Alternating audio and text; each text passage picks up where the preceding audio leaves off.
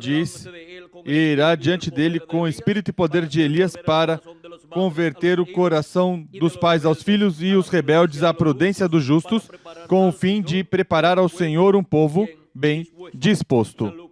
São Lucas, capítulo 1, versículo 17. Assim falou o arcanjo Gabriel ao sacerdote Zacarias quanto ao filho que teria por meio de sua esposa Isabel, pois o sacerdote Zacarias já estava avançado em idade e não tinha filhos por meio da sua esposa Isabel e tinha orado a Deus por um filho e agora lhe era concedido o pedido ao sacerdote Zacarias. Porque Deus escuta a oração dos seus filhos e mesmo que pareça tarde a resposta, nunca é tarde, porque Deus sabe quando é o melhor momento para a pessoa ver materializada o pedido que fez a Deus. Agora, vejam vocês, Deus ia dar, quanto mais demora o tempo, maior é a bênção. Agora Deus vai conceder o pedido ao sacerdote Zacarias e vai dar um filho muito grande. Será grande diante de Deus. Será profeta de Deus. E que profeta? O profeta precursor da primeira vinda de Cristo, vindo com o espírito e virtude de Elias, ou seja, vindo com o ministério do profeta Elias. Porque quem opera os ministérios e os dá é o Espírito Santo. E o Espírito Santo estaria em João Batista operando o mesmo ministério que tinha operado em Elias Tisbita e em Eliseu. Agora o estaria operando pela terceira ocasião. E por isso está prometido que viria, ou que virá Elias. Agora vejam vocês, quando veio Elias, o que veio foi o ministério de Elias em um homem, em um profeta chamado João Batista.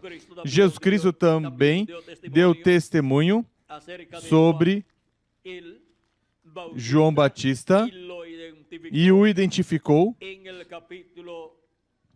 no capítulo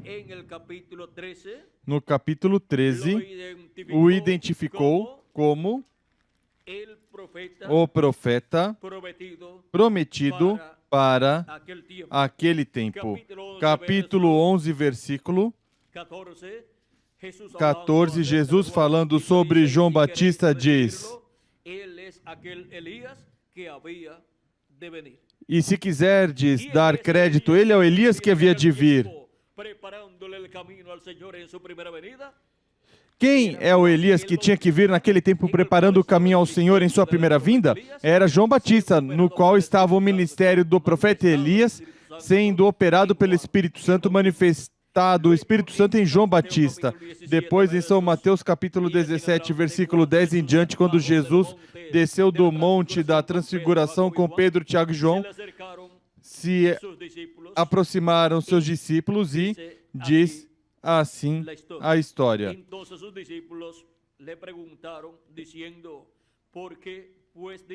Os discípulos o interrogaram: por que dizem, pois, os escribas que é mister que Elias venha primeiro? Jesus lhe respondeu: certamente Elias virá primeiro e restaurará todas as coisas. Mas digo-vos que Elias já veio, e não o conheceram, mas fizeram-lhe tudo o que quiseram. Assim farão eles também padecer o Filho do Homem. Então entenderam os discípulos que lhes falara a respeito de João Batista.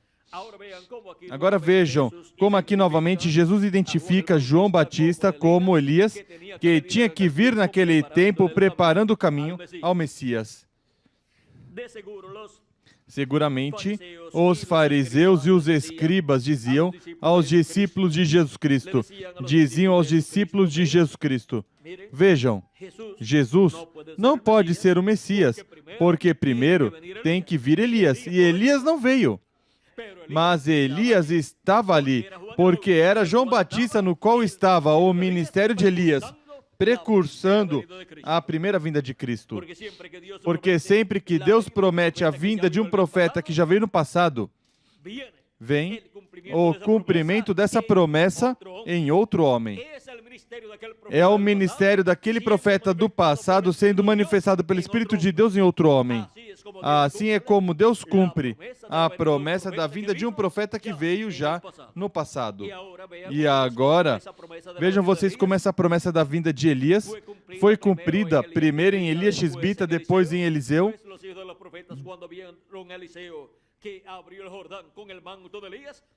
Pois os filhos dos profetas, quando viram Eliseu que abriu o Jordão com o manto de Elias, disseram: o espírito de Elias repousou sobre Eliseu.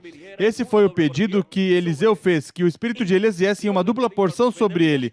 E Deus havia dito ao profeta Elias que Eliseu seria quem viria depois dele, ou seja, o profeta que sucederia Elias seria Eliseu. Ou seja, o sucessor de Elias foi Eliseu. E agora, depois de Eliseu, voltou Elias e se chamou João Batista, ou seja, o véu de carne. Sempre há um véu de carne novo. É um profeta novo, mas com o ministério daquele profeta do passado que é operado pelo mesmo Espírito Santo que estava naquele profeta.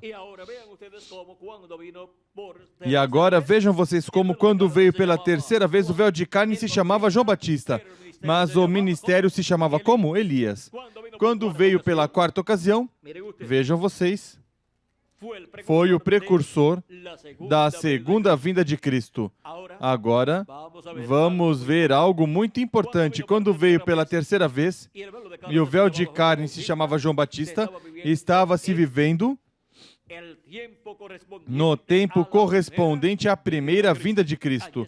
Ali estava seu precursor. Ali estava quem lhe estaria preparando o caminho e lhe preparou o caminho e morreu. E ali também estava o Messias, o qual tinha sido introduzido por João Batista quando disse: eis o Cordeiro de Deus que tira o pecado do mundo. Também João Batista disse: eu não conhecia, mas quem me mandou batizar me disse: sobre aquele que tu vires o Espírito Santo descer sobre ele em forma de pomba, esse é ele. E João disse: e eu vi e dei testemunho que o vi. Agora vejam vocês como João Batista tinha anunciado: depois de mim vem um homem, um varão do qual eu não sou digno de desatar o cadarço do seu calçado. Ele os batizará com Espírito Santo e fogo. E quando apareceu esse homem, João disse: este é o homem, eis o Cordeiro de Deus que tira o pecado do mundo. O apresentou como Cordeiro de Deus. Por que como Cordeiro de Deus? Porque vinha para quê? Para tirar o pecado do mundo.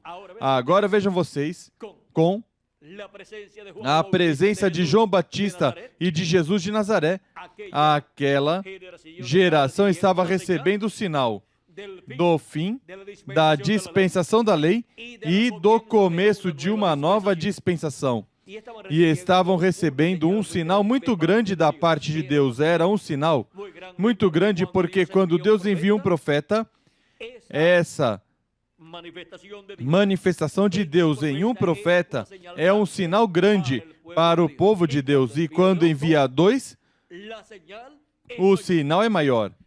Agora vejam vocês, ali estava um sinal duplo da parte de Deus para o povo hebreu. Mas eles não puderam compreender o que estava acontecendo. O sinal de que estavam vivendo no tempo da vinda do Senhor, da primeira vinda de Cristo, era que ali estava o precursor, João Batista, e depois apareceu o precursado, Jesus de Nazaré. Agora eram pessoas tão simples que não podiam pensar os grandes líderes religiosos que essas duas pessoas, João Batista e Jesus de Nazaré, um era o precursor, Elias, e o outro era o precursado. E não podiam compreender esse mistério que estava sendo cumprido ali no meio do povo hebreu. Jesus disse: está velado de vossos olhos, escondido de vossos olhos, e disse que viria o juízo divino sobre Jerusalém, por causa de que não tinham conhecido o tempo da sua visitação.